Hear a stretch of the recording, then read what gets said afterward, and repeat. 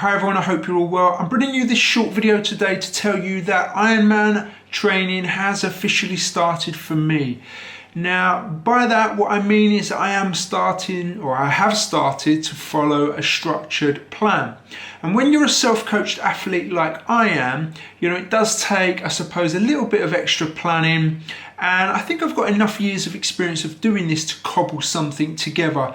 You name the manuals, and I've pretty much got them.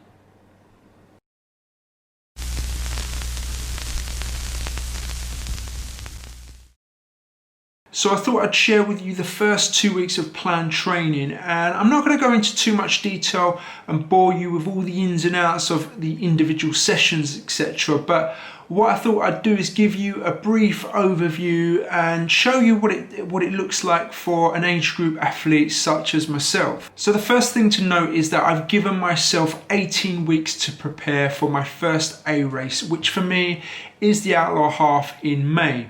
Now that's quite a long prep time, and usually 12 to 16 weeks would be more than enough probably for a half Ironman, but I like to give myself that little bit longer, especially as I'm getting older.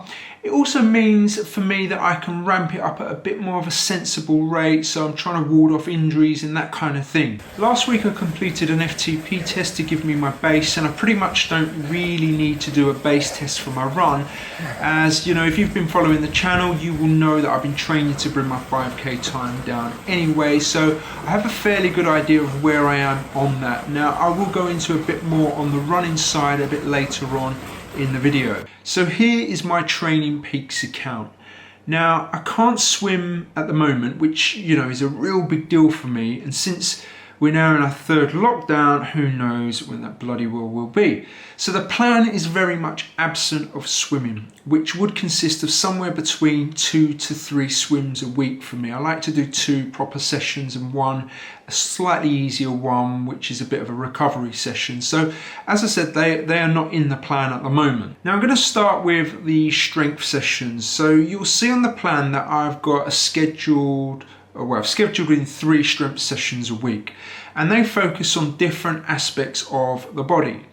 Now all these strength sessions involve a core strength program as well, so every session that I do I will also work on the core, which I think is pretty important.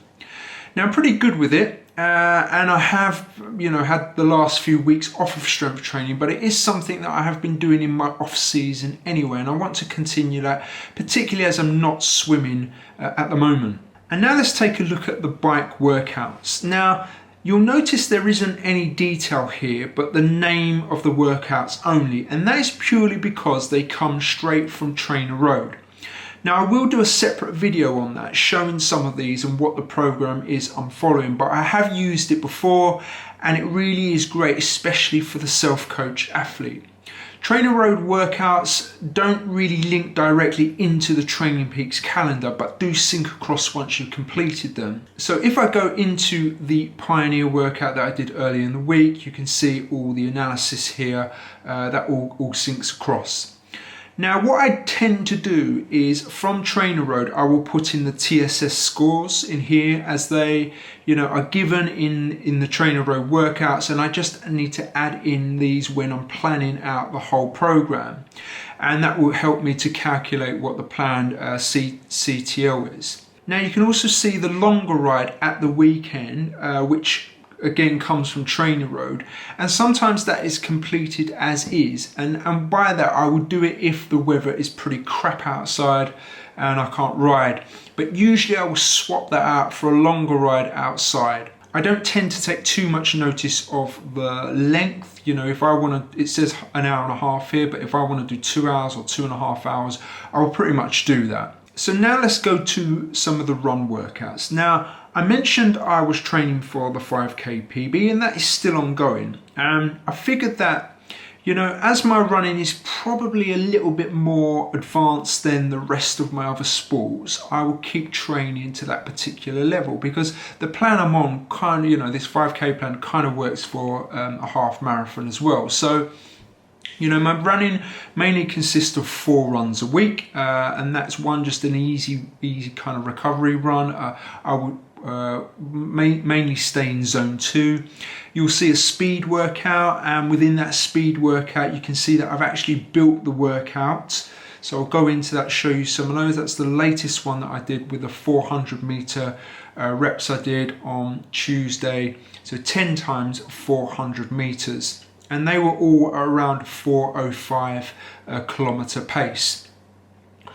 I then also have a threshold or a tempo run, which is probably for me at the moment around 4:30. So I'll try and do either 3 lots of 10 minutes or a couple of blocks of 15 minutes, depending on how I feel. And then obviously that longer run, which is at the weekend. And currently I'm running somewhere between 11 and 12 miles. So you'll see that these workouts are mapped out, particularly the threshold and the speed workouts. Training Peaks for me is great for planning and working out your predicted CTL and fitness, and it helps with your recovery and how tired you are. You know, you've got to listen to your body, so it's not gospel as such, but it is a useful guide, I find. Now, I don't tend to plan any more than 2 or 3 weeks at a time. And a few years back, I would have mapped it out. I would have mapped out, 10, 12 weeks. But what I kind of found was, if you break down or you get injured, all that planning kind of goes by the wayside. So for me now, what I tend to do is map out no more than about 2 to 3 weeks, reassess, see how I'm feeling. And that means, if I'm performing well, I might ramp it up a little bit more. If I've got a little niggle, I can pull it back a little bit. It just makes life a little bit easier, only looking 2 or 3 weeks ahead.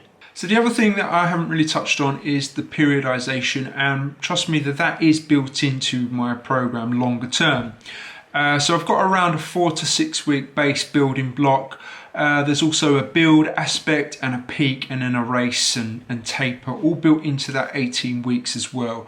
Like I said, I'm not starting purely from the bottom. I have been in the off season still biking and still running and that kind of thing, so I do have something to start from. So within my base period, there will be sessions on the bike where I'll work on sweet spot and things like that.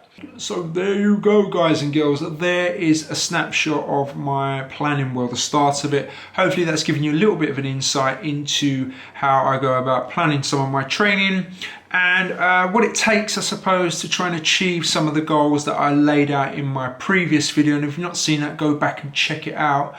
But yeah, if you've liked the video, do give me a thumbs up and I would appreciate that. And I will see you again in a couple of days.